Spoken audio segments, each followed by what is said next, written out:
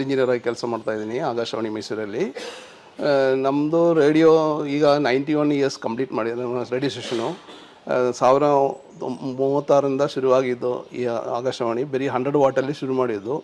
ಆಮೇಲೆ 2003ಯಲ್ಲಿ FM radio ಆಗಿ convert ಆಗಿತ್ತು. ಮುಂಚೆ AM ರೇಡಿಯೋ ಆಗಿತ್ತು. ಈಗ ಅದು 1 ಕಿಲೋ ವಾಟ್ ಇತ್ತು. ಒಂದು ದೊಡ್ಡ ಹಳೆಯ ರೇಡಿಯೋ ಸ್ಟೇಷನು 1 ಕಿಲೋ ವಾಟ್ ಇತ್ತು. ಅದು ಈಗ 10 ಕಿಲೋ ವಾಟ್ ಆಗಿ FM ರೇಡಿಯೋ ಆಗಿ ಕನ್ವರ್ಟ್ ಆಗಿತ್ತು 2003ಯಲ್ಲಿ.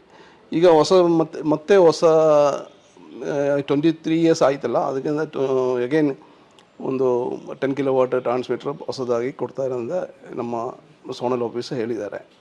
ಸೊ ನಮ್ಮದು ಮೈಸೂರಲ್ಲಿ ಒಳ್ಳೆ ಲಿಸನರ್ಸ್ ಇದ್ದಾರೆ, ಒಳ್ಳೆ ಕಾರ್ಯಕ್ರಮ ನಡೀತಾ ಇದೆ. ಮತ್ತು ಟೆಕ್ನಿಕಲಿ ಆಲ್ಸೋ ನಾವು ಸ್ಟೀರಿಯೋ ಟ್ರಾನ್ಸ್ಮಿಷನ್ ನಡೀತಾ ಇದೆ. ಇಲ್ಲಿ ಬೆಳಿಗ್ಗೆ 5:55 ನಮ್ಮ ಆಕಾಶವಾಣಿ ಶುರು ಆಗುತ್ತೆ ವಿತ್ ಸಿಗ್ನೇಚರ್ ಟೂನ್. ನಿಮ್ಗೆ ಗೊತ್ತಿರ್ಬೋದು ಸಿಗ್ನೇಚರ್ ಟೂನ್ ಅಂದರೆ ಆಲ್ ಓವರ್ ಇಂಡಿಯಾ ಒಂದೇ ರೇಡಿಯೋ, ಒಂದೇ ಜಾಗದಲ್ಲಿ, ಒಂದೇ ಮ್ಯೂಸಿಕಲ್ಲಿ ಬರೋದು 5:55ಕ್ಕೆ ಶುರುವಾಗಿ ಅದು.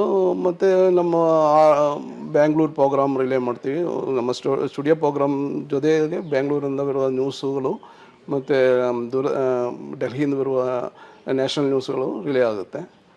11:05ಗೆ ನಮ್ಮ ಸ್ಟೇಷನ್ ಕ್ಲೋಸ್ ಡೌನ್ ಆಗುತ್ತೆ.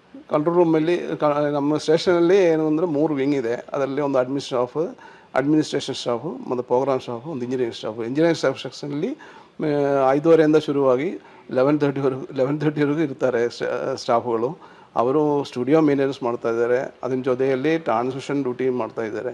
ಟ್ರಾನ್ಸ್ಮಿಷನ್ ಡ್ಯೂಟಿಯಲ್ಲಿ ಒಂದೊಂದು ಪ್ರೋಗ್ರಾಮ್ ಯಾವ ಸ್ಟುಡಿಯೋಂದು ಬರಬೇಕು, ಮತ್ತು ಒಂದೊಂದು ಪ್ರೋಗ್ರಾಮ್ ಎಲ್ಲಿ ರೆಕಾರ್ಡ್ ಆಗಬೇಕು, ಅದನ್ನ ಕಂಪ್ಯೂಟರ್ ಮೇಂಟೆನೆನ್ಸ್ ಮಾಡಬೇಕು, ಟ್ರಾನ್ಸ್ಮಿಟರ್ ಮೇಂಟೆನೆನ್ಸ್ ಮಾಡಬೇಕು. ಅದಕ್ಕೆ ಬೇಕಾದ ಟೆಕ್ನಿಕಲ್ ಸಹಕಾರಗಳು ಎಲ್ಲ ಕೊಡಿ. ಈ ಪ್ರೋಗ್ರಾಮು ಚೆನ್ನಾಗಿ ಬರಲಿಕ್ಕೆ ಟೆಕ್ನಿಕಲ್ ಸ್ಟಾಫ್ಗಳೇ ಕಾರಣ.